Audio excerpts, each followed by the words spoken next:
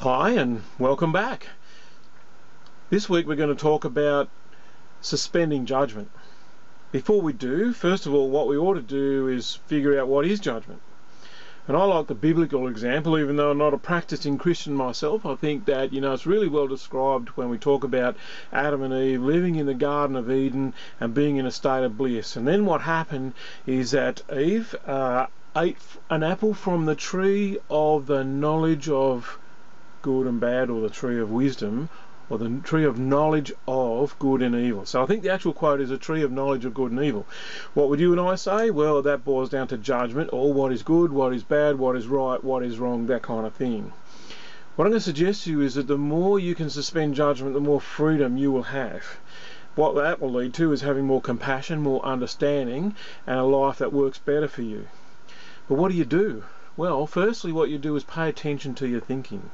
So rather than box people automatically and go, oh, that guy's crazy, or this person just is a Liberal voter or a Labor voter or a wanker or whatever it is, watch out for those labels that you give people, because that's you boxing them.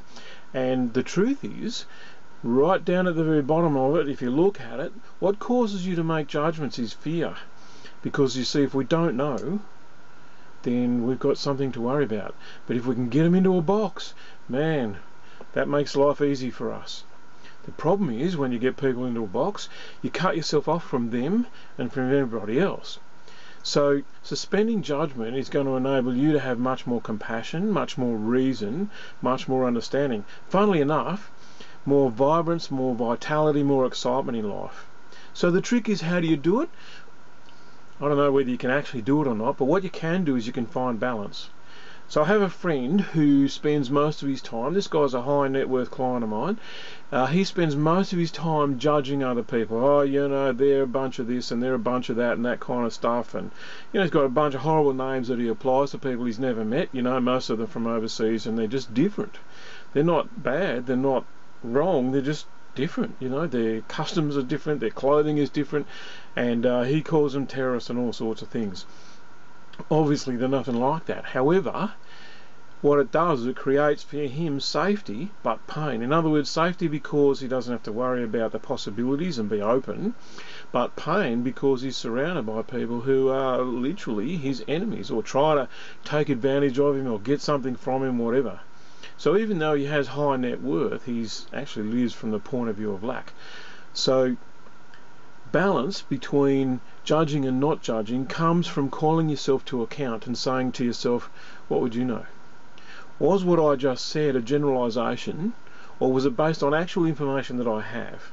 Did I make it up? If I didn't make it up, where did I get the information from, and did they make it up? The real truth about judgment is, how would you know? And I'm fond of telling the story about trying to save myself from judgment years ago. I said to my dad, who will I marry? And he said, you'll just know. And I didn't think that was very helpful at all until the day happened when I thought, this is the girl that I want to spend the rest of my life with. And I was afraid to say, should we get married, on account of, what if she said no? And I couldn't suffer that judgment, that rejection, call it whatever you like. So I didn't say anything.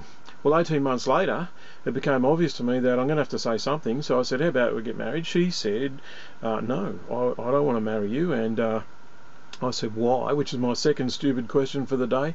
And she said, because I don't love you, and, I love you like a brother, but not like someone, deeply, passionately in love with. And by the way, I'm pregnant to somebody else.